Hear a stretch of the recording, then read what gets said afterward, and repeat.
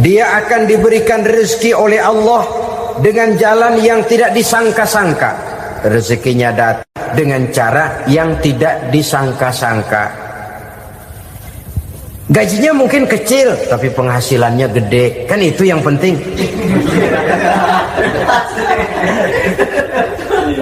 Gaji dan penghasilan kan lain tuh. Boleh jadi gaji kecil, asal penghasilan gede, kan nikmat hidup itu. Nah, penghasilan ini ada yang bisa kita perkirakan. Bisa kita perkirakan. Misalnya gaji itu tadi. Kalau saya kerja, gaji saya begini. Ada rezeki yang masuk min haitsu la yahtasib. Tidak kita sangka-sangka, tidak kita duga-duga, tahu-tahu ada saja rezeki. Datang orang bawa persoalan yang mendatangkan hasil. Sebab rezeki, jodoh, maut memang seperti bayangan.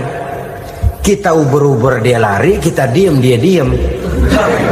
Kan gemesin itu. Bayang-bayang itu begitu. Kita kejar, dia lari. Rezeki juga begitu. Kita diam, dia diam. Setengah mati yang namanya rezeki kita cari, kita uber, ngobek sampai ratusan bohong kita kerjain. Tapi memang belum waktunya, ya sulit untuk tembus.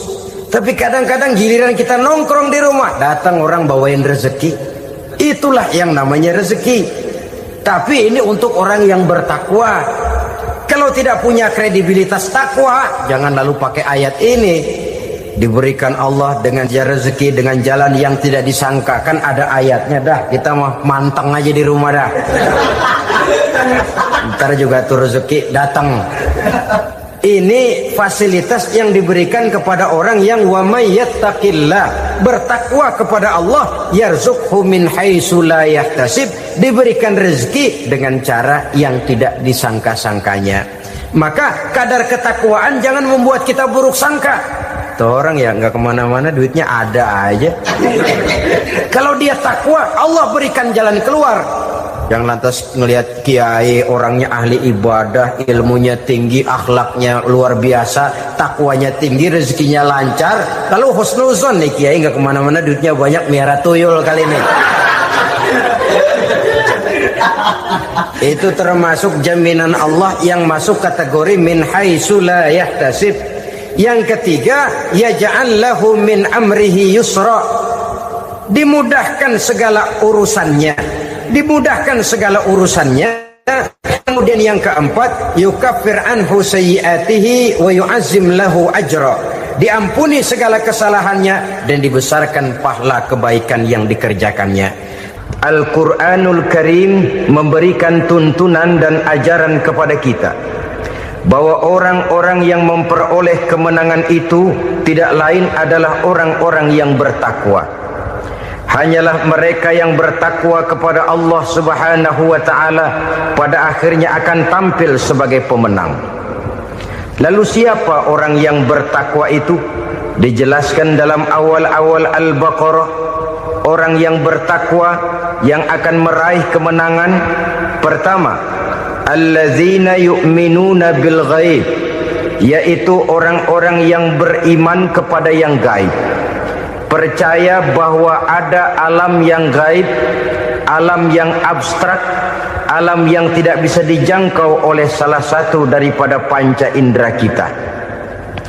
Mereka percaya dan beriman kepada adanya malaikat, beriman kepada adanya iblis dan jin, beriman kepada adanya alam kubur, beriman kepada adanya alam mahsyar, beriman kepada adanya alam akhirat, beriman kepada adanya surga dan neraka. Beriman bukan cuma sekedar beriman dalam ucapan bibir saja, tetapi beriman yang nilai iman itu mampu mewarnai gerak dan gaya hidupnya. Iman yang meresap sampai ke tulang sumsum, kemudian memberikan dampak positif di dalam kehidupan manusia.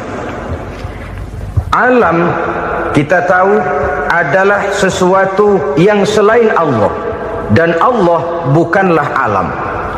Apapun namanya selain daripada Allah, itu adalah alam.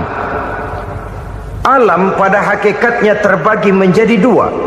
Ada alam syahadah, alam nyata, alam konkret, alam yang bisa dijangkau oleh salah satu indera kita. Kemudian ada alam ghaib, alam yang tidak bisa dijangkau oleh panca indera kita, alam metafisika, alam abstrak, alam yang wajib kita imani keberadaannya. Kita percaya bahwa malaikat itu ada. Kita percaya kepada jin, bahwa jin itu ada. Kita percaya kepada adanya iblis dan setan. Bukan percaya kepada iblis dan setannya, percaya bahwa iblis dan setan itu ada. Itu termasuk salah satu daripada sifat orang yang bertakwa kepada Allah. Saudara-saudara kaum muslimin rahimakumullah, kecenderungan pembangunan yang lebih bersifat materialistis biasanya menggeser aspek kehidupan rohani. Orang berpikir empiri, dan dalam pola pikir yang demikian maka alam gaib tidak lagi mendapat perhatian. Aspek kehidupan yang bersifat rohaniah malah mulai ditinggalkan. Akibatnya terjadilah kepincangan di dalam kehidupan kita. Pernah ada satu pengalaman pribadi dalam perjalanan kembali ke tanah air. Dalam pesawat di sebelah kanan saya duduklah seorang Jerman namanya Heiner Simonsen. Iseng saya ajak kenalan, saya ajak ngobrol, saya tanya dia. Saya bilang, Mas Heiner ini, kalau pesawat yang kita tumpangi ini jatuh ke bawah, kira-kira apa yang bakal terjadi, Mas? Dia bilang, kita semua akan mati. Begitu? Iya. Oke. Apa itu mati? Tanya saya. Dia bilang, untuk tahu apa itu mati, kita harus tahu lebih dahulu apa itu hidup. Saya pikir nih bule bisa ngomong juga. Baiklah kata saya. Apa hidup menurut Anda itu? Oh, hidup itu dia bilang, kalau seluruh anggota badan kita bekerja secara normal, paru-paru memompa darah secara normal, jantung berdetak secara normal, sel-sel tubuh bekerja secara fit, dan organisme tubuh hanya mau bekerja secara normal, dia bilang, kalau kita memberi makan yang cukup, menu yang teratur, dan gizi yang lengkap. Saya bilang, kesimpulannya apa, Ner? Dia jawab, hidup adalah dari tangan ke mulut. Life is from the hand to the mouth, kata dia. Hidup adalah dari tangan ke mulut. Jadi masalah hidup tidak lebih daripada masalah isi perut. Orang pergi pagi, pulang sore, peras keringat, banting tulang, perut yang dibelain. Saya bilang, you are wrong. Sampean salah, Ner. Kamu orang Islam bukan? Bukan. Pantas. Kenapa saya salah? Dia bilang, ya jelas salah. Salahnya di mana? Kamu ini manusia. Kalau hidup cuma dari tangan ke mulut, saya bilang, kambing di kampung saya juga begitu pikirannya, Ner. Itu kambing di kampung saya, asal perutnya kenyang, sudah hidup dia. Perkara besok bagaimana, lusa prospeknya macam mana, bulan depan ada apa, kambing nggak pernah mikir. Di kampung saya kambing juga pikirannya begitu. Kamu Kristen ya? Tadinya. Loh kok tadinya, lalu apa sekarang kamu ini? Dia bilang, sekarang saya netral. Saya tidak beragama, tapi saya percaya kepada Tuhan sebagai pencipta alam. Saya ingat benar dia bilang, I haven't any religious, but I believe to God as the creator of the world. Kenapa bisa netral begitu, Ner? Habis saya bingung katanya.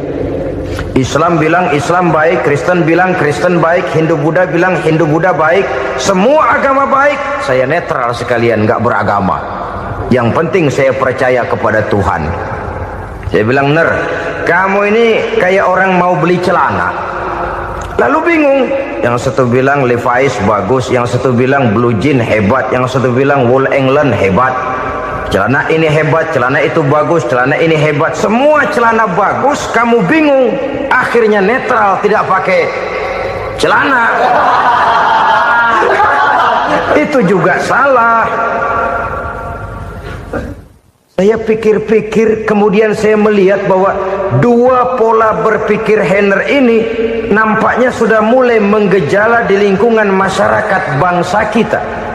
Disadari atau tidak, secara jujur kita harus berkata, dua pola pemikiran Henner ini mulai berkembang di tengah masyarakat bangsa kita.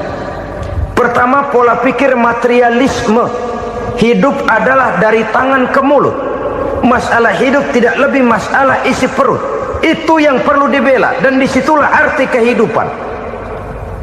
Pergi pagi, pulang sore, peras keringat, banting tulang untuk mempertahankan perut. Kalau sudah kemari cara orang berpikir, maka buat apa percaya kepada yang gaib? Untuk apa sholat? Untuk apa puasa? Untuk apa zakat? Untuk apa menghadiri majelis taklim? Tanpa kepercayaan kepada yang gaib, hidup berjalan menurut alur empiris dan materialis. Kalau sudah ke sana cara orang berpikir, biasanya orang lalu cenderung menghalalkan segala cara. Hanyalah orang yang percaya bahwa akhirat ada, hanyalah orang yang percaya bahwa alam kubur itu ada, hanyalah orang yang percaya bahwa malaikat itu ada, hidupnya akan lebih terarah dan terkendali. Karena kepercayaan kepada yang gaib, yang merupakan fase daripada kehidupan setelah hidup yang sekarang ini, mewarnai gerak pribadi seseorang di dalam dia melakukan kegiatan hidupnya. Pola berpikir materialisme, disadari atau tidak, mulai menggejala di lingkungan masyarakat bangsa kita. Hidup tidak lebih dari urusan tangan ke mulut, mulut ke tangan, tangan ke mulut. Asal perut sudah kenyang, hiduplah sudah. Perkara bagaimana prospek hari yang akan datang, bagaimana akhirat, tidak jadi persoalan. Ini yang oleh Nabi diperingatkan, ad-dunya sijnul mu'min wa jannatul kafir. Dunia adalah penjara bagi orang beriman dan surga bagi orang kafir. Dulu di zaman Belanda hadis ini pernah disalah tafsirkan, disalah artikan, digunakan sebagai senjata untuk mengkebiri dan membuat impoten umat Islam. Sudahlah umat Islam gak usah macam-macam, kata Belanda. Dunia ini kan penjara buat orang Islam, surga buat orang kafir. Di penjara jangan bertingkah.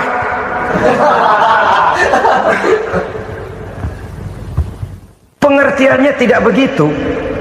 Dunia adalah penjara bagi orang mukmin. Artinya dalam kehidupan dunia seorang mukmin tidak bebas memperturutkan hawa nafsunya. Di penjara hawa nafsunya itu. Sebaliknya surga bagi orang-orang kafir. Buat orang kafir, surgalah dunia ini. Mereka bebas memperturutkan hawa nafsunya. Dilarang tidak terlarang, dicegah pun tidak tercegah. Mereka hidup menurut alur bisikan nafsu mereka sendiri. Kemudian bila ajal datang, maut merenggut nyawa, selesailah surganya sampai di situ. Maka bagi orang-orang yang tidak percaya kepada adanya akhirat, kepada adanya alam gaib, surganya sebatas umurnya. Sekali lagi, surganya sebatas umurnya. Bila umur selesai, ajal pun datang merenggut nyawa, selesailah sudah surganya sampai di situ. Alangkah pendeknya perjalanan orang-orang yang tidak percaya kepada alam gaib ini. Bagi kita mukmin, jikalau kita mampu memenjarakan hawa nafsu, kita bisa bahagia di dunia ini. Dan Islam memang tidak menyuruh kita sengsara di dunia. Raih dunia, kejar dunia, gapai dunia sebagai alat untuk mencapai kebahagiaan di akhirat nanti. Hidup adalah satu perjalanan panjang yang terbentang sejak kita terlahir dari alam rahim sampai kepada alam akhirat nanti. Andai kata kita gagal meraih kebahagiaan di dunia, toh kita masih punya akhirat. Tapi jangan jadi dalil yang melemahkan semangat. Biarin dah kita di dunia kebelangsak, yang penting akhirat. akhirnya dunia benar-benar kebelangsah. Bagaimana dunia ini bisa kita raih, dan bagaimana meraih dunia untuk menunjang kepentingan akhirat nanti. Yang kedua, dari pikiran Heiner yang saya lihat menggejala di lingkungan masyarakat bangsa kita, timbulnya manusia-manusia netral, seolah-olah Tuhan yes, agama no, sama Tuhan percaya, agama ogah. Tuhan ngangguk, giliran agama godeng. Padahal hampir dalam setiap ayat dalam Quran, kata-kata amanu biasanya bergandeng dengan wa amilus sholihat, iman dan amal soleh. Ini sebagai isyarat Tuhan dan agama jangan pernah dipisah-pisah. Apabila kita bertuhan, maka kita harus beragama. Apabila kita beragama, maka agama itu harus bersumberkan dari Tuhan yang kita imani itu. Tidak mungkin kita pisah, Tuhan yes, agama no. Sama Tuhan percaya tapi agama bikin sendiri. Sembayangnya cukup bengong 2 jam madep ngulon.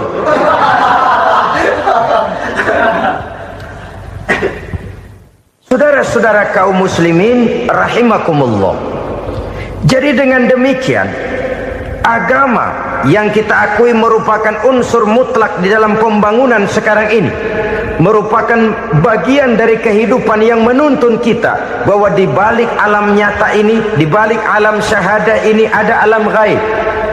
Dan mudabbir, murabbi, yang mengatur, yang menguasai, yang memelihara baik dia alam nyata, baik dia alam ghaib, tidak lain adalah Allah Subhanahu wa ta'ala. Di sana ada satu super power, satu maha kekuatan yang kita perlu bersandar kepadanya. Sebagai makhluk nyata yang hidup di alam nyata, berbuatlah secara nyata sebagaimana harusnya kita berbuat. Karena Islam jelas bukan agamanya orang pemalas. Islam jelas bukan agamanya orang yang mengajarkan setelah selesai sholat boleh duduk, nggelenggem ayam-ayam, ndelohom, menghitung bintang di langit sambil menunggu keajaiban. Tidak.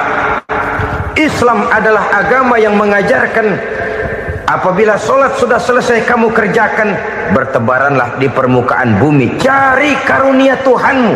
Jangan hidup berpangku tangan menunggu keajaiban, karena hidup bukan undian. Jangan berharap untung besar tanpa mau peras keringat. Tapi di sebalik itu toh kita juga harus yakin bahwa di sisi usaha nyata yang kita lakukan ada satu super power, satu maha kekuatan gaib yang menentukan berhasil dan tidaknya usaha kita. Kepercayaan kepada hal semacam inilah yang mendorong kita untuk mempunyai sandaran vertikal, agar jikalau usaha ini berhasil, kita tidak lupa diri dan lupa daratan. Jikalau usaha ini gagal, kita tidak putus asa dan buruk sangka, tidak cupik pandangan dan sempit hati, tapi mampu melihat persoalan dengan kacamata putih sambil husnuzon kepada Allah Subhanahu wa ta'ala. Kita percaya malaikat itu ada yang namanya Raqib dan Atid, mengawasi gerak hidup kita sampai kepada gerak hati kita. Ini memberikan sugesti agar kita berhati-hati, tidak sejengkal tanah pun kita bisa berlindung dari pengawasan Raqib dan Atid. Ada Munkar Nakir yang akan menyoal kita di alam kubur. Ada malaikat Malik, penjaga neraka. Ada malaikat Ridwan yang menjaga surga. Kita percaya kepada adanya jin, kita percaya kepada adanya setan, iblis. Percaya kepada adanya, bukan mempercayai si setan, si iblis lalu menjadikannya sebagai teman. Tidak. Percaya bahwa mereka itu ada dan merupakan makhluk Allah yang gaib, yang diciptakan Allah Azza wa Jalla. Kepercayaan kepada alam gaib memberikan motivasi terhadap gerak lahir manusia, sehingga dengan motivasi kepercayaan kepada yang gaib, gerak lahir jadi lebih terarah, jadi lebih terpelihara. Pernah seseorang bertanya, "Pak, apakah adanya akhirat bisa dibuktikan secara ilmiah?" Saya bilang tidak bisa, tidak bisa. Kenapa? Karena yang berangkat nggak pernah pulang kembali lagi. Kalau dia pulang kemari bisa kita tanya bagaimana enak di sono. Cuma secara moral saya katakan, lebih beruntung orang yang percaya kepada akhirat daripada yang tidak. Sekarang saudara percaya akhirat ada, lalu saudara baik-baik di dunia, sholat, puasa, zakat, menolong orang lain, menebarkan kebajikan. Saudara mati, andai kata akhirat tidak ada, toh dalam hidup saudara sudah berbuat baik, paling tidak nama saudara akan dikenang sebagai orang baik. Sebaliknya, saudara percaya, kata saya, bahwa akhirat tidak ada, lalu hidup semau-maunya, tenggelam dalam maksiat dan munkarat, menentang Allah, tidak mau ruku dan sujud, lalu saudara mati, kemudian akhirat ada, ayo mau apa? Bekal tidak punya. Jadi secara moral lebih beruntung orang yang percaya kepada adanya akhirat daripada yang tidak percaya.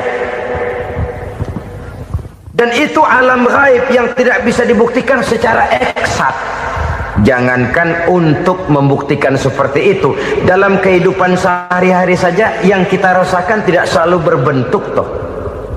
Angin, bagaimana sih bentuknya angin? Kita tidak tahu. Merah, buktinya kalau dikerok merah. Yang merah itu kulit, yang kulit kita bukan anginnya. Sakit, rasa sakit itu ada, tapi bagaimana bentuk sakit kita nggak pernah tahu. Kalau kita makan cabai pedas, bagaimana bentuk pedas itu tidak ada, tapi rasa ada. Bentuk pedas hijau, cabainya bukan pedasnya. Tidak semua yang kita rasakan bisa kita gambarkan dalam bentuk yang konkret. Oleh karena itu, sekali lagi bahwa kepercayaan kepada alam yang gaib mampu memberikan satu sugesti yang menata kehidupan seseorang lebih lurus, lebih terarah, dan lebih terkendali. Maka wajar kalau kepercayaan kepada yang gaib mengantarkan seseorang untuk meraih kemenangan. Kenapa? Dia percaya kepada yang gaib, bahwa akhirat ada, bahwa alam kubur ada, bahwa pertanggungan jawab itu ada. Maka dia lalu tidak hidup saenae udele dewe, gitu loh. Tidak hidup menurut seleranya sendiri, terarah, teratur. Ini cirinya yang pertama, orang bertakwa yang akan meraih kemenangan, mereka beriman, mereka percaya kepada yang gaib. Bahkan hal-hal konkret saja selalu berangkat dari yang gaib. Saudara-saudara, para remaja, para pemuda sekarang ini tidak pernah tahu toh siapa yang akan jadi teman hidup saudara.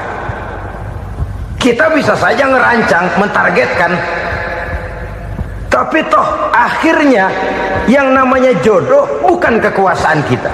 Rezeki di luar kemampuan kita. Begitu juga ajal, maut, jodoh, ajal adalah contoh-contoh konkret bahwa pada akhirnya yang gaiblah yang menentukan. Bertahun-tahun ngelancong, emang jodoh seret nggak jadi.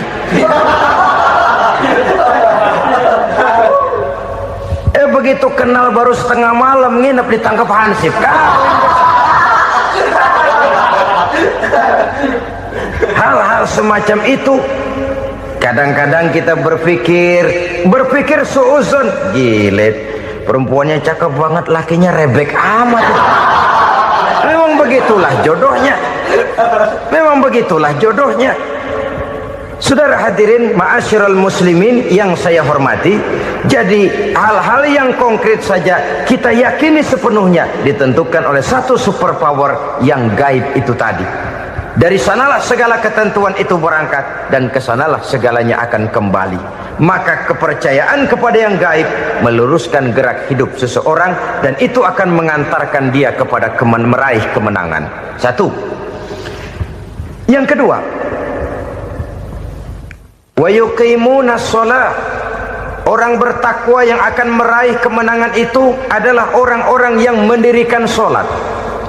Kenapa sholat mengantarkan orang untuk meraih kemenangan? Yang jelas, inna sholata tanha anil fahsya'i wal munkar. Sholat mampu mencegah manusia dari perbuatan keji dan munkar.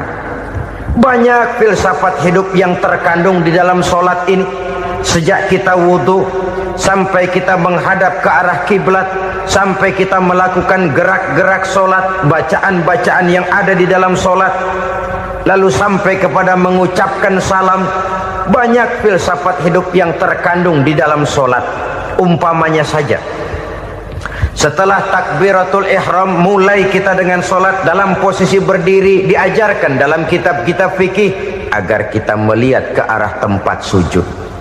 Ini kan filsafat kehidupan. Kalau kamu solat dalam posisi berdiri, lihat tempat sujud. Jangan solat mata jelalatan, sebab nanti bisa mengurangi kekhusyuan.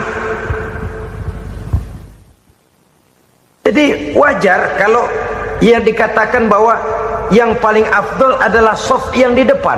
Kenapa? Secara harfiah pengertiannya akan lebih mengundang kekhusyuan. Kenapa? Kalau kita di soft paling depan, di masjid umpamanya paling banter kita lihat tembok. Tapi kalau kita soft di tengah atau di belakang, orang-orang di depan kita pun akan kelihatan. Yang bajunya loreng, yang bajunya genggang, yang bajunya macam-macam.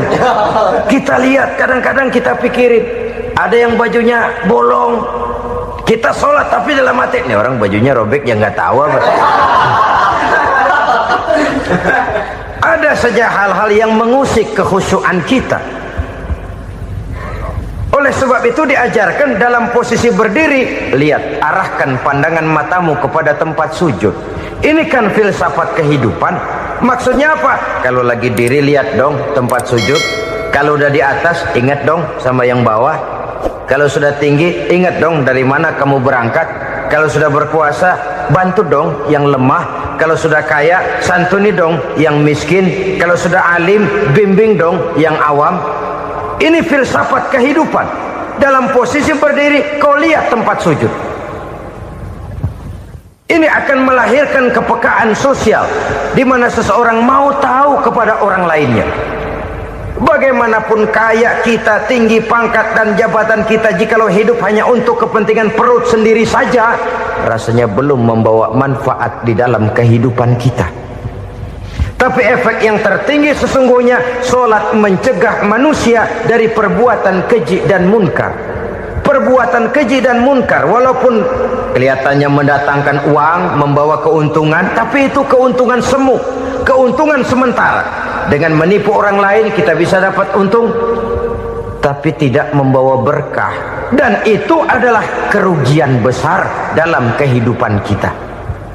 Maka untuk meraih kemenangan, harus dimulai dengan membentuk kepribadian yang tegar, memiliki sandaran vertikal yang langsung kepada Allah Subhanahu wa ta'ala. Dan itu hanya bisa kita tempuh melalui jalur ibadah formal yang sudah ditentukan Allah, yakni solat yang 5 waktu.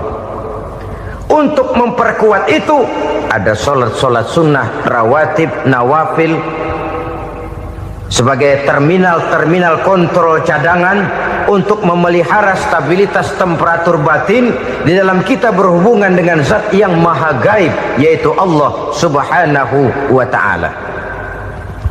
Orang sering bertanya, Pak, itu tetangga saya nggak sholat, duitnya nggak habis-habis, Pak. Nggak sholat tapi mobilnya tambah terus, nggak sholat tapi usahanya makin maju.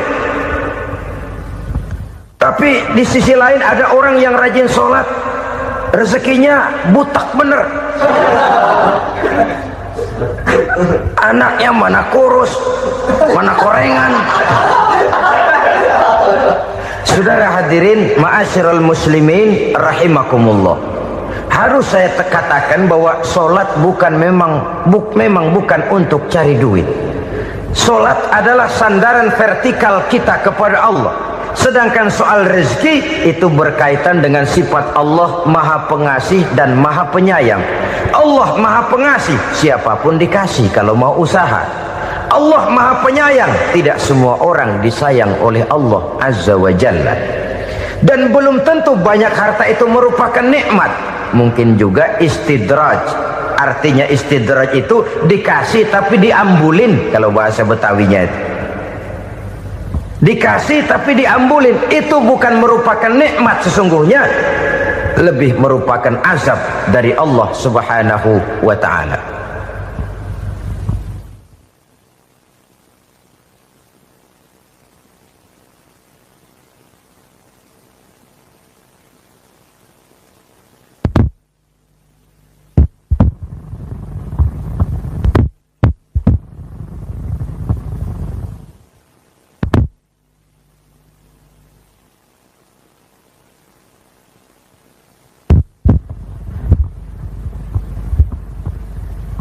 agama mempunyai sistem sholat.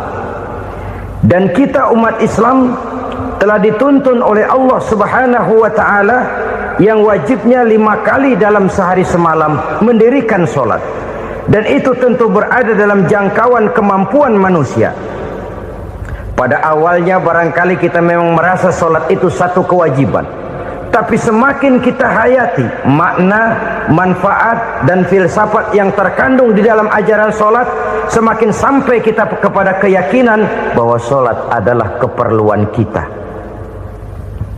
Sehingga pada waktu tertentu dinilai puncaknya, kita tidak lagi akan berkata saya wajib sholat, tapi kita akan berkata saya perlu sholat.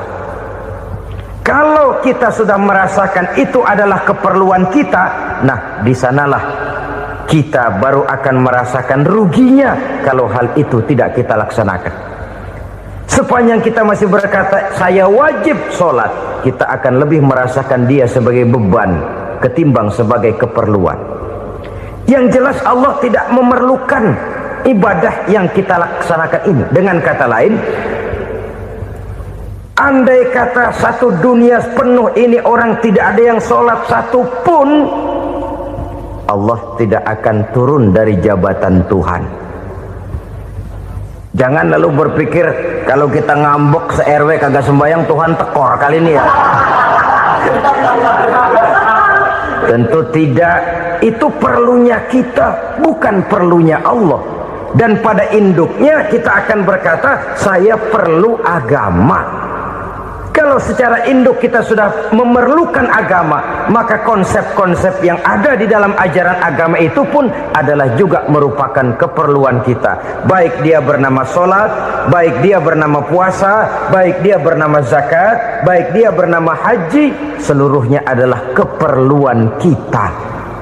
Dan sesuatu yang kita perlukan apabila tidak kita laksanakan akan melahirkan kerugian di dalam kehidupan.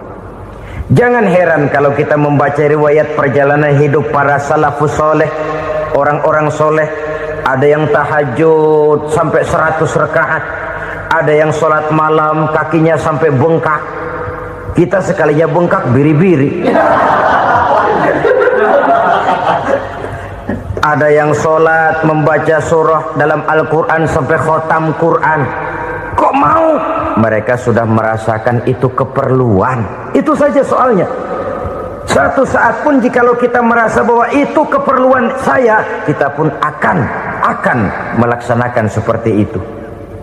Keperluan saya dalam kehidupan. Inilah yang kedua.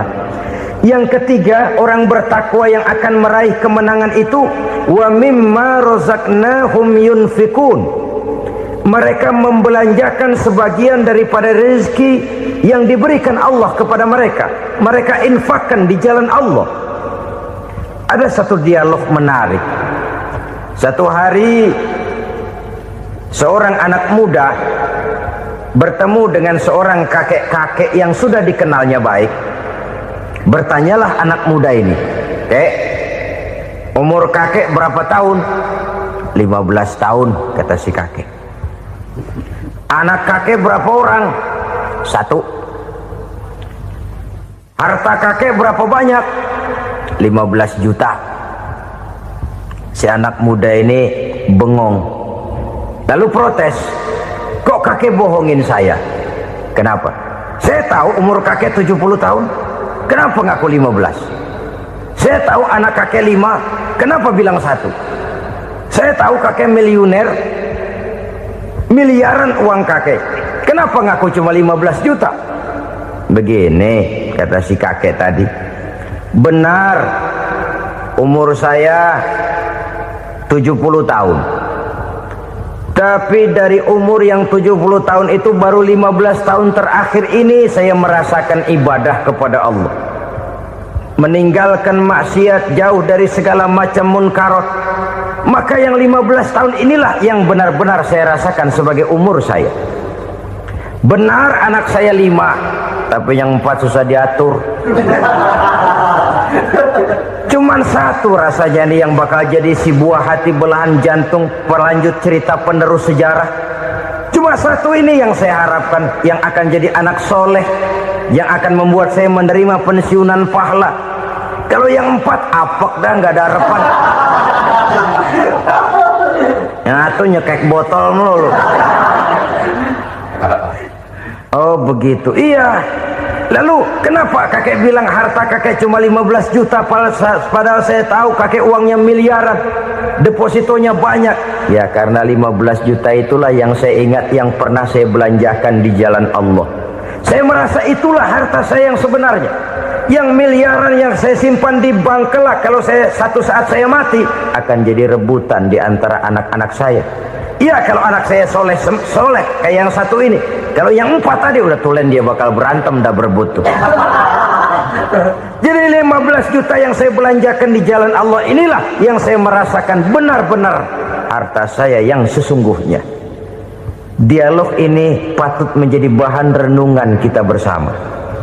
Diberikan kita umur 40, 50, 60, 70, 80. Berapa tahun dari umur yang diberikan itu yang jalan mulus, yang kita gunakan untuk melaksanakan ibadah? Banyak harta kita simpan di bank, di lemari, di dompet, di tas. Tapi berapa yang sudah kita depositokan di jalan Allah yang akan menemani kita di hari kita kembali nanti? Maka orang bertakwa yang akan meraih kemenangan, wa mimma razaqnahum yunfikun, mereka membelanjakan sebagian dari rezeki yang diberikan Allah di jalan Allah subhanahu wa ta'ala. Ma'asyiral muslimin rahimakumullah, zahirnya memang kita memberikan kepada orang lain, tapi hakikatnya kita menyimpan untuk diri kita sendiri. Kita memberikan kepada yatim piatu 25.000. Zahirnya kita memberikan si yatim, hakikatnya kan kita cuma nyimpan. Saya berikan titip kepadamu, ini untuk saya di akhirat. Kau boleh belikan baju, kau boleh belikan untukmu makan, kau boleh bayarkan sekolahmu. Ini untuk saya. Hakikatnya kita nyumbang masjid 1 juta, zahirnya kita berikan kepada panitia masjid, tapi hakikatnya kan cuma titip 1 juta ya untuk saya di alam kubur nanti.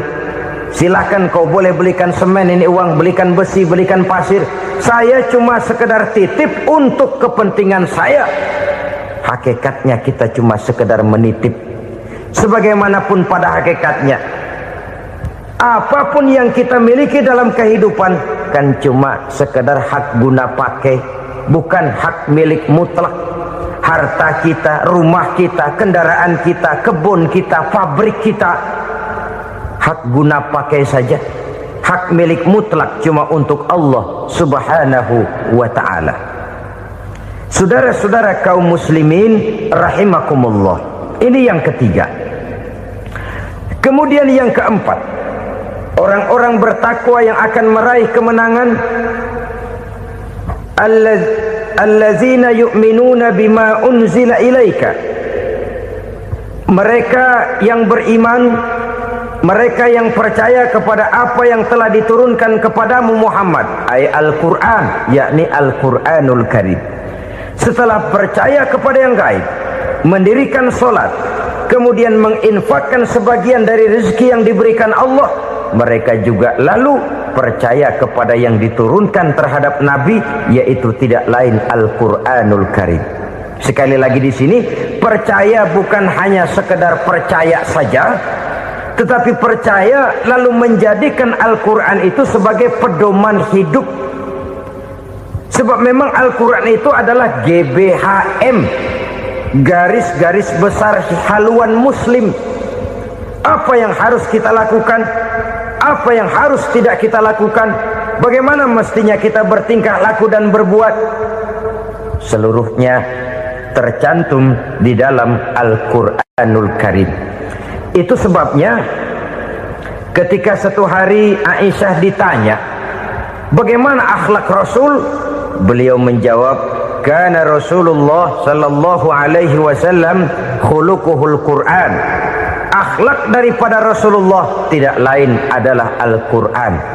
Jawaban simpel ini memberikan gambaran bahwa keseluruhan daripada konsepsi Quran sudah diterjemahkan dalam kehidupan Rasulullah Sallallahu Alaihi Wasallam. Karena kita tahu akhlak adalah keseluruhan dari gerak hidup manusia. Sejak ia berpribadi, berumah tangga, bertetangga, bermasyarakat, sampai kepada berbangsa dan bernegara, Al-Quran tetap memberikan sentuhan nilainya. Oleh karenanya, orang-orang yang bertakwa adalah orang-orang yang menjadikan Al-Quran sebagai pedoman dalam kehidupannya. Dan kita yakini Al-Quran diturunkan kepada Nabi Muhammad bukan merupakan produk Nabi Muhammad. Isi dan redaksinya langsung dari Allah Subhanahu wa ta'ala. Kemudian cirinya yang kelima, orang bertakwa yang akan meraih kemenangan itu, wa ma unzila min qablika. Tidak hanya sekedar percaya kepada yang diturunkan terhadap Nabi Muhammad yaitu Al-Quran, mereka juga percaya kepada apa yang pernah diturunkan kepada para nabi, kepada para rasul sebelum Nabi Muhammad. Percaya kepada adanya suhuf, percaya kepada adanya Taurat, percaya kepada adanya Injil, percaya bahwa Allah dahulunya sudah menurunkan Taurat kepada Musa, percaya bahwa Allah sudah menurunkan Injil kepada Isa, percaya Injil ada, Taurat ada, diturunkan Allah untuk Isa dan Musa, tetapi tidak wajib mengamalkannya karena kita sudah diberikan Al-Quranul Karim. Ini yang perlu saya garis bawahi. Kita percaya Allah telah menurunkan Injil dahulu kepada Isa. Kita percaya bahwa Allah telah menurunkan Taurat dahulunya kepada Nabi Musa. Kadang-kadang ini dijadikan dalih, dikacaukan pengertiannya. Quran saja mengajarkan bahwa orang yang bertakwa harus percaya kepada Injil, maka pakailah Injil. Apalagi kalau ayat sebelumnya ditilap, dihapus, dihilangkan, Injilnya yang ditekankan, maka akan terjadilah penekanan yang salah arah. Karena salah arah akhirnya bisa merusak dan menghancurkan akidah. Ketika Rasul suatu saat pernah ditanya orang, "Ya Rasul, bagaimana sikap kita sebagai muslim terhadap Injil yang ada sekarang?" Beliau menjawab, "La tukadzibuhu jami'an wa la tusaddiquhu jami'an." Jangan didustakan seluruhnya, jangan juga dibenarkan semuanya. Artinya, ini sudah merupakan gambaran dari Rasul bahwa dalam Injil yang ada sekarang masih ada ajaran-ajaran tauhid yang dibawa oleh Nabi Isa dan diajarkan kepada umatnya. Tapi juga dalam Injil yang sekarang ini sudah terkena intervensi dan investasi manusiawi. Karena itu Rasul menyimpulkan, la tukadzibuhu jami'an wa la tusaddiquhu jami'an. Jangan didustakan semua, jangan dibenarkan seluruhnya. Kita memang percaya Allah telah menurunkan Injil kepada Nabi Isa dulu, tapi kita tidak wajib mengamalkan Injil. Kita percaya Allah telah menurunkan Taurat kepada Nabi Musa, tapi kita tidak wajib mengamalkan kitab ajaran Taurat. Yang wajib kita percayai dan kita amalkan hanyalah Al-Quranul Karim. Kenapa? Oleh karena baik yang ada di dalam Taurat, baik yang ada di dalam Injil, tentu tercakup di dalam Al-Quran sebagai kitab terakhir yang diturunkan oleh Allah Subhanahu wa ta'ala. Dan itu wajar. Kalau seorang pejabat mau mengeluarkan satu keputusan baru, tentu dia harus meninjau keputusan-keputusan lama. Andai kata dianggap tidak berlaku, dianggap tidak relevan lagi, maka keputusan-keputusan lama itu tentu sudah dianggap tidak berlaku. Sebagian daripada aturan-aturan dalam keputusan lama yang masih dianggap relevan tercantum dalam keputusan baru yang wajib diamalkan. Begitulah hubungannya antara Al-Quran, Taurat, Zabur, dan Injil. 4 kitab samawi yang diturunkan Allah masing-masing kepada Zabur untuk Nabi Daud, Taurat untuk Nabi Musa, dan Injil untuk Nabi Isa alaihi wassalatu wassalam. Ketiga-tiga kitab itu kita percayai adanya, Kita yakini Allah telah menurunkan Zabur, Taurat dan Injil, tapi kita tidak wajib mengamalkannya. Yang wajib kita mengamalkannya sekarang ini tidak lain hanyalah Al-Quranul Karim saja, karena ia mencakup apa yang ada di dalam Zabur, apa yang ada di dalam Taurat, dan apa yang ada di dalam Injil. Keotentikannya bisa dipertanggungjawabkan. Ya, tapi kan Nabi Muhammad sudah mati 14 abad yang lalu, dan di zaman beliau Al-Quran kan belum dikodifikasikan, belum ditulis. Bagaimana keotentikannya bisa dipertanggungjawabkan? Mudah saja. Allah berjanji, inna nahnu nazzalna dzikra wa inna lahu lahafizun. Kami yang menurunkan Al-Quran dan kami yang akan menjaga dan memeliharanya. Allah turunkan Quran, Allah menjaganya. Bagaimana cara Allah menjaga Al-Quran itu? Banyaknya orang-orang yang hafaz Al-Quran. Hafaz Al-Quran 30 juz, 114 surah, 6.666 ayat. Sehingga jangankan satu kata, jangankan satu ayat, satu kalimat saja berubah, sudah akan timbul reaksi dan mudah dimengerti. Kenapa? Banyak orang-orang yang hafaz Al-Quran. Sedangkan pada setiap akhir tahun biasanya malaikat Jibril selalu mengadakan checking terhadap ayat-ayat yang diturunkan pada waktu itu. Di zaman Nabi sendiri sudah ada usaha kodifikasi. Dan yang lebih luar biasa lagi, sampai hari ini tidak seorang pun mampu membuat satu ayat saja semacam Al-Quran. Ke bahasa manapun dia diterjemahkan, naskah aslinya tetap ikut, rujukan dasarnya tetap ada. Berdasarkan itu, maka tidak mungkin terjadi penyelewengan terhadap atau pemalsuan terhadap ayat-ayat Al-Quranul Karim. Kesuciannya, keotentikannya, kemurniannya bisa dipertanggungjawabkan. Ma'asyiral muslimin rahimakumullah. Oleh karenanya, konsepsi dasar daripada ajaran Islam ini memang tidak lain adalah Al-Quran dan Sunnah. Isi daripada agama Islam yang merupakan iman, Islam dan ihsan, konsepsi dasarnya tidak lain adalah Al-Quran dan Sunnah Rasulullah Sallallahu Alaihi Wasallam. Maka yang kita perlukan sekarang ini adalah terjemahan Al-Quran di dalam kehidupan kita. Dengan demikian, maka gaya kehidupan yang lebih Qurani itulah yang kita dambakan. Kita perlu memang terjemahan Quran dalam bahasa Inggris, dalam bahasa Belanda, dalam bahasa Jepang, tapi yang lebih kita perlukan adalah terjemahan Quran di dalam kehidupan kita. Konsekuen, tidak memanipulasi, ringan sama kita jinjing, berat sama kita pikul. Jangan kalau lempengan ayat Quran tuh kira-kira enak diamalin, keras teriakan kita. Giliran kira-kira ayat Quran itu mukul kepala kita sendiri, diam kita. Itu ciri yang pernah disindir Allah dalam awal-awal Baqarah juga itu. Ciri beragamanya orang yang munafik. Kullama adha'a lahum masyawfih, kata Allah. Wa iza azlama alaihim qamu. Apabila terang mereka jalan, apabila gelap mereka berhenti. Artinya, kalau kira-kira di Islam nguntungin, rame-rame pada teriak Islam. Tapi ketika diminta untuk berjuang, ketika dituntut untuk berkorban, rame-rame mengundurkan diri.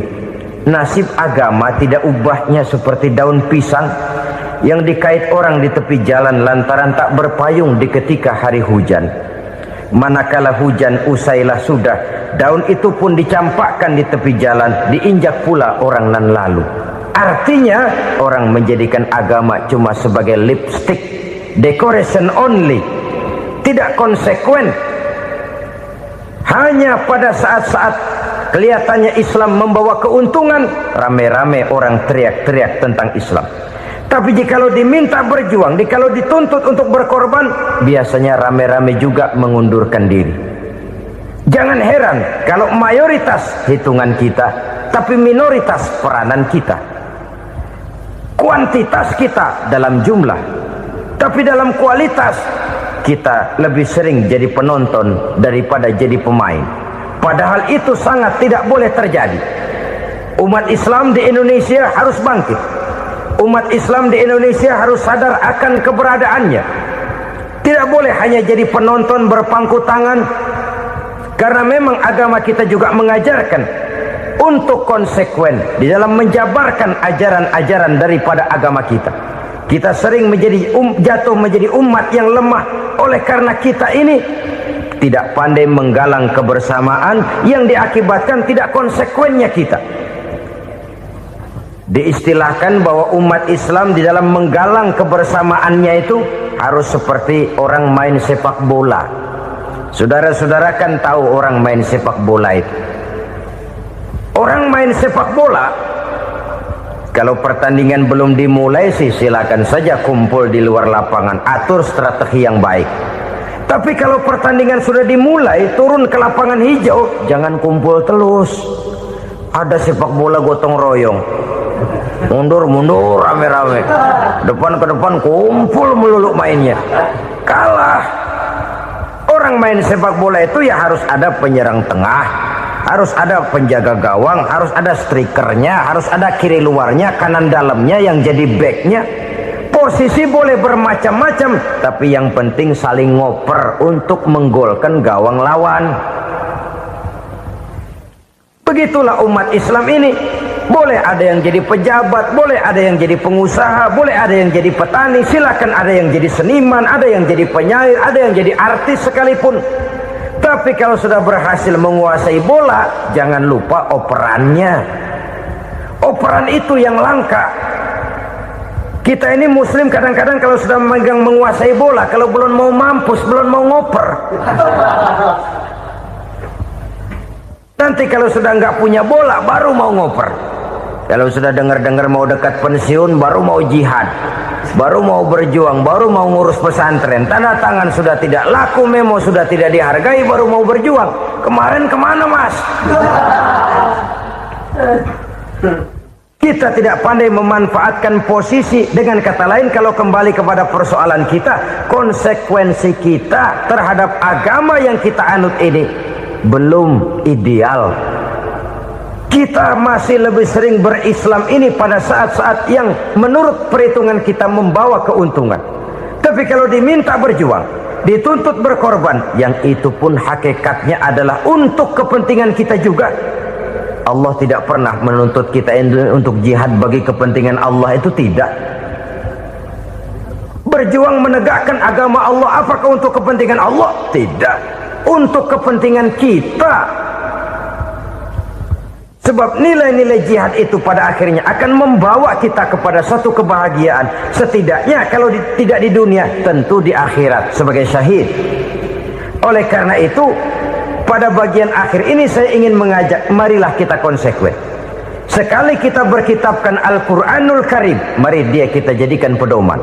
Jangan cuma kita jadikan sebagai penghias dinding, pelengkap rumah, bahwa di rumah kita ada Al-Quran, tapi yang baca kecoa. Habis pada bolong tuh Quran. Yang penting kan punya Quran.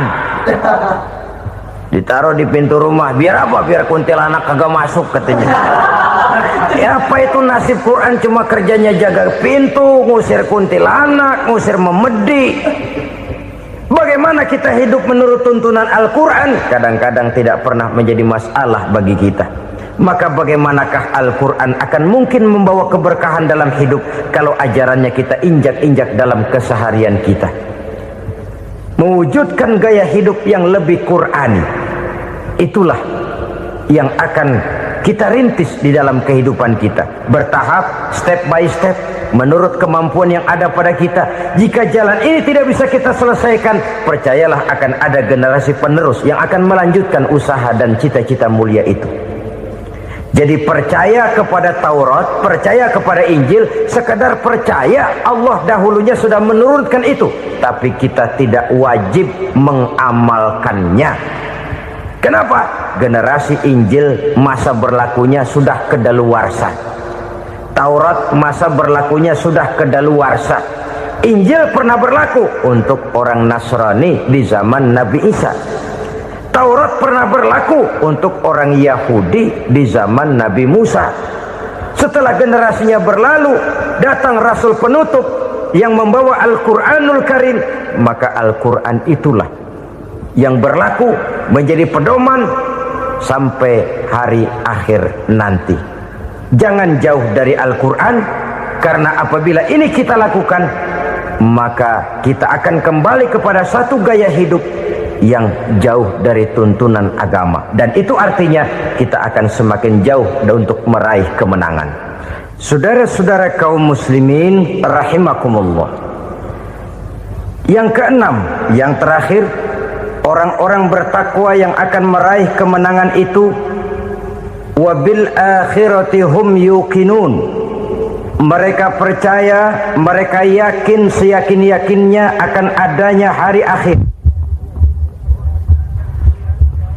di mana seseorang akan mempertanggungjawabkan seluruh perbuatannya di dalam hidup ini, dan tidak ada satu perbuatan yang bagaimana kecilnya sekalipun yang tersembunyi dalam pandangan manusia yang tidak akan dibukakan persoalannya di mahkamah Qadi Rabbul Jalil di akhirat nanti. Itulah sebabnya maka percaya kepada akhirat disebut secara khusus. Padahal di awal tadi sudah dijelaskan yu'minuna bil ghaib, percaya kepada alam gaib, dan alam gaib ini termasuk akhirat. Kenapa pada bagian akhir disebut lagi akhirat? Karena ternyata bahwa kepercayaan kepada adanya akhirat merupakan induk dari kepercayaan terhadap adanya malaikat, setan, jin, dan lain sebagainya, dan akan lebih memberikan sugesti dalam kehidupan manusia untuk meluruskan gerak hidupnya.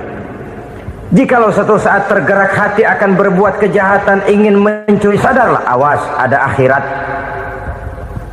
Sebab kalau kita cuma teriak awas ada polisi, itu cuma tertunda sementara. Begitu polisi meleng, embat. Kalau kita ingin berbuat jahat cuma berteriak awas ada hansip, cuma sementara ketika hansip itu ada. Tapi kalau ceritanya awas ada akhirat, mau menyeleweng awas ada akhirat, mau berjudi awas ada akhirat, mau mencuri awas ada akhirat. Keyakinan yang akan meluruskan gerak hidup manusia sehingga gerak itu jadi lebih terarah dan terkontrol, tidak merugikan baik diri sendiri, lebih-lebih orang lain. Ternyata bahwa kepercayaan kepadanya adanya hari akhirat sanggup menjadi sumber daya kontrol dari kehidupan manusia, sehingga ia tidak terjebak dalam perbuatan maksiat dan munkarat.